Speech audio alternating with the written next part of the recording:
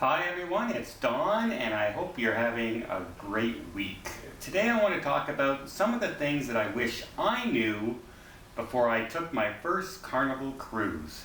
And I'm going to let you know what those are right after this.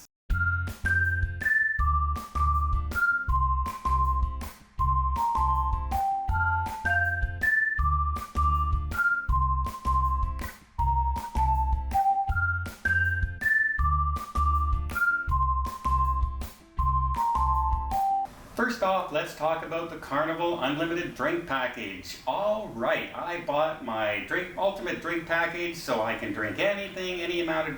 Yeah, that's not how it works. There are often quite a few spirits and quite a few wines that are not included in that list that you would have to pay for extra. Also, you have a limit. It's not unlimited. It's a limit of 15 drinks, and that includes everything that's included in there. So if it's a latte you happen to get, that counts as a drink as well. So keep that in mind when you're looking at the drink package. Like a lot of people, especially first-time cruisers, you sit down in the main dining room, you look at the menu and you go, I kind of like that and I kind of like that, so tonight I guess I'll have the steak. And tomorrow I'll order the other item. Well, it doesn't matter. You can order both items and try them both. Maybe you won't like the steak, but you do like the fish dinner. So don't be afraid. Order both entrees. In your document information, it'll give you a boarding time to show up. And if your boarding time is around 2 p.m., don't show up at 11. Because quite frankly, they're going to make you sit there while they go through everybody who's at the proper boarding time, and you may end up sitting in the terminal for like 3 hours before you're able to get on the ship. So just show up right at the time that it says for you to go, and embarkation will go so much smoother. Get yourself a lanyard. Yes, I know I'm talking about Carnival and this is the Princess Cruise lanyard, but that happens to be the last cruise I was on. Go to any of the desks, even in the shops, ask if they can punch a hole in the card that they give you, put it on your lanyard, and just wear it around your neck everywhere you go. It's the easiest way to have your wallet with you, to have this key card with you. It's waterproof, so if you've seen any of my past videos of myself snorkeling and anything along those lines, I don't even take this off. I just keep it around my neck and away I go. So get yourself a lanyard. It keeps your card from getting lost 100 times more than just sticking it in your wallet or sticking it in your back pocket. So it's a sea day, it's a little bit of rough seas, you ate a little too much maybe at lunch and you're feeling a little queasy in the stomach, but you go down to the shop and it's like $8 for a little thing like this of Dramamine or seasick pills, or it's just really, really expensive. You say, well, I don't need it for the rest of the cruise, I just need some now. Go down to the pursers or the front desk, tell them you're feeling a little upset stomach, and they will give you a single dose of seasick pills or Dramamine or something along those lines for free. It won't cost you anything. Also, you can ask them while you're there, do you have any postcards? And quite often, they will give you some free postcards to send from the different islands that you're touring back to friends and family back home. All these things are free, yet if you go to the gift shop, you're going to pay for them, so why pay for them when you don't have to? Here's a tip that, might only be good for some people, but because you have to be a little bit more of an outgoing person, volunteer for things. So if you go to an art auction and they ask for a volunteer, volunteer.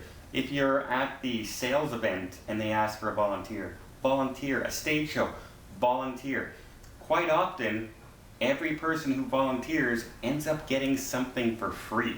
If I once volunteered at one of their shows, and after that, I had VIP seating for the rest of the cruise at all the shows. And they sent me a bottle of wine to my room. All for free, just because I volunteered. So it's 11 o'clock at night, you're hungry, you're wide awake, you're gonna maybe watch some TV, you want something to eat. You have a couple options here. You can order room service. Now be careful on Carnival because there's 2 room service. One is complimentary and some items have a charge. So it's quite clearly listed, just make sure but the room service itself, you can order food at night. Second thing is usually the pizza place is open 24 hours a day. You might have to wait 5 minutes while they make your pizza, but it's there and you can order yourself a pizza at night. It's usually open 24 hours. Speaking of dining, I see this in a lot of cases. A lot of people, as you know, there's normally a few choices for dining when you're booking your cruise. You could do 6 p.m., 8 p.m., and anytime dining on the Carnival cruises.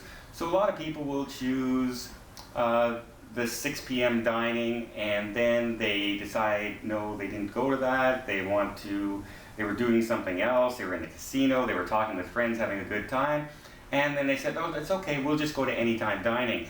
Anytime dining does not mean if you missed all your other dining, you can go to that dining.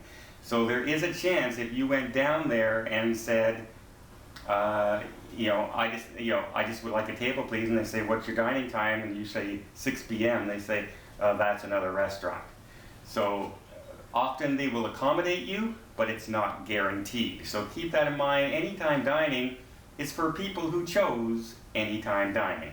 And here's one a lot of people don't know for sure, and that is, especially if you're on longer cruises, if you're on a cruise and for some reason you skip a port.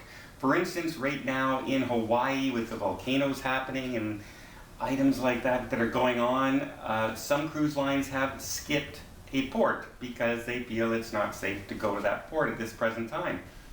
You can go down to the front desk and say you want your port expenses refunded back onto your account, and that'll give you a little extra money spending on the cruise. Now don't think it's going to be thousands of dollars.